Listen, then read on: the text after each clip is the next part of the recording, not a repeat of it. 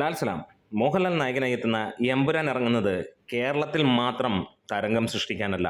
പൃഥ്വിരാജിൻ്റെ വാക്കുകളിൽ നിന്ന് അത് വ്യക്തമാക്കുകയാണ്. വേറെ ഒന്നുമല്ല, ഈ ഒരു സിനിമയുടെ തുടക്കത്തെ സമയങ്ങളിൽ നമുക്ക് തോന്നും ഇതൊരു ഹിന്ദി സിനിമയായിരിക്കും എന്നുള്ളത്. അദ്ദേഹം തന്നെ പറഞ്ഞിരിക്കുന്നതാണ്. ഇതിൻ്റെ 30-35% ഡയലോഗുകളും ഹിന്ദിയിലാണ് എന്നുള്ളതാണ്.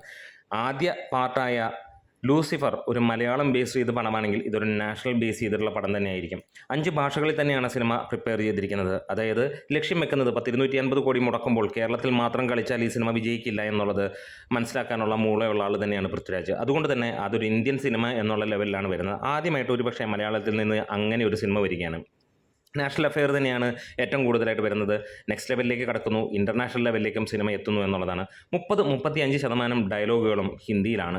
അതിനു മുമ്പ് ചാനൽ ഒന്ന് സബ്സ്ക്രൈബ് ചെയ്യണം. നമ്മൾ ആദ്യമേ പറഞ്ഞിട്ടുണ്ട്, എമ്പുരാൻ ഇറങ്ങുമ്പോഴത്തേക്ക് 25,000 സബ്സ്ക്രൈബേഴ്സ് ലക്ഷ്യം വെക്കുകയും എമ്പുരാൻ ഇറങ്ങിക്കഴിഞ്ഞാൽ പോസിറ്റീവ് ആണെങ്കിൽ 75,000 സബ്സ്ക്രൈബേഴ്സുമാണ് നമ്മൾ ലക്ഷ്യം വെക്കുന്നത്. അതെത്തിക്കുക എന്നുള്ളത് തന്നെ നമ്മുടെ മെയിനായിട്ടുള്ള ഒരു ടാർഗറ്റ്. ഒപ്പം നിങ്ങളെ എല്ലാവരും കൂടെ ഉണ്ടാകുമെന്നുള്ള പ്രതീക്ഷയുമാണ്.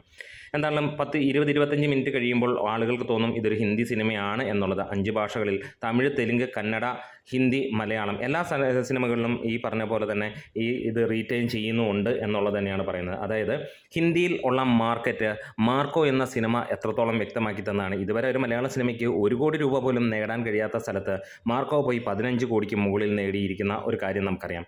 എമ്പുരാൻ വരുമ്പോൾ ആ 15 എന്നുള്ളത് ഒരുപക്ഷെ 100 കോടിക്ക് മുകളിലേക്ക് ഹിന്ദിയിൽ നിന്ന് മാത്രം വരുന്ന ആദ്യ മലയാള സിനിമയായിരിക്കും എന്നുള്ളതാണ്. കാരണം ഹിന്ദി ഓഡിയൻസിന് ഇഷ്ടപ്പെട്ടാൽ അത് ഒരു രക്ഷയുമില്ല.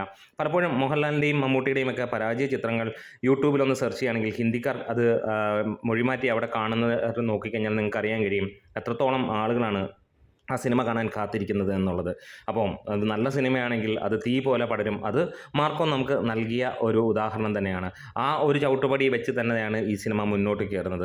ലക്ഷ്യം വെക്കുന്നത് 100 കോടിക്ക് മുകളിൽ ആണ് ഹിന്ദിയിൽ നിന്ന്. അങ്ങനെ ഒരു ഇൻ്റർനാഷണൽ ലെവലിലേക്ക് തന്നെ സിനിമ വരുന്നു. മോഹൻലാലിൻ്റെ ഏറ്റവും ഗംഭീരമായിട്ടുള്ള ഈ ഒരു സിനിമ കമ്പനി എന്ന സിനിമയ്ക്ക് ശേഷം നമുക്കറിയാം മോഹൻലാലിന് ഹിന്ദിയിൽ വലിയ രീതിയിലുള്ള ആരാധക വൃന്ദം തന്നെയുണ്ട്. ആ ഒരു ബേസ് കൂടെ വരുമ്പോഴത്തേക്ക് സിനിമ ആളിക്കത്തും എന്നുള്ളത് തന്നെയാണ് പ്രതീക്ഷിക്കുന്നത്. അപ്പോൾ ഈ വരുന്ന മാർച്ച് 27-ന് ആരൊക്കെയാണ് ഹിന്ദി ഏരിയയിൽ സിനിമ കാണാൻ ഉള്ളത് എന്നുള്ളതെന്ന് കമൻസിലൂടെ പറയാം. കേരളത്തിൽ ഗംഭീരമായിട്ടുള്ള തകൃതിയായിട്ടുള്ള ബുക്കിങ്ങും കാര്യങ്ങളുമൊക്കെ, അതായത് ഫാൻ ഷോസ് നടക്കുകയാണ്. പല തിയേറ്ററുകളും നിങ്ങൾ വിചാരിക്കുന്ന പോലെ ബുക്ക് മൈ ഷോയിലൂടെ എവിടെ പോയി നിങ്ങൾ ടിക്കറ്റ് ബുക്ക് ചെയ്താലും നിങ്ങൾക്ക് ടിക്കറ്റ് കിട്ടില്ല ആദ്യ ദിനം എന്നുള്ളത് പറഞ്ഞേക്കാം. അതുകൊണ്ട് തന്നെ നേരത്തെ ബുക്ക് ചെയ്യുക. ഫാൻ ഷോസോ അല്ലെങ്കിൽ അല്ലാത്ത രീതിയിലൊക്കെ ബുക്ക് ചെയ്താൽ നിങ്ങൾക്ക് ആദ്യ ദിനം സിനിമ കാണാം. ആദ്യ ഷോ കാണാമെന്നല്ല, ആദ്യ ദിനത്തെ ഷോ കാണാം എന്നാണ് പറയുന്നത്. കാത്തിരിക്കാം. അപ്പോൾ മലയാളത്തിൻ്റെ ആദ്യ 500 കോടി ചിത്രത്തിന് വേണ്ടി നമ്മൾ കാത്തിരിക്കുന്നു. നമ്മുടെ വീഡിയോസ് ഇഷ്ടമെങ്കിലും സപ്പോർട്ട് ചെയ്യണം. ലാൽ സലാം.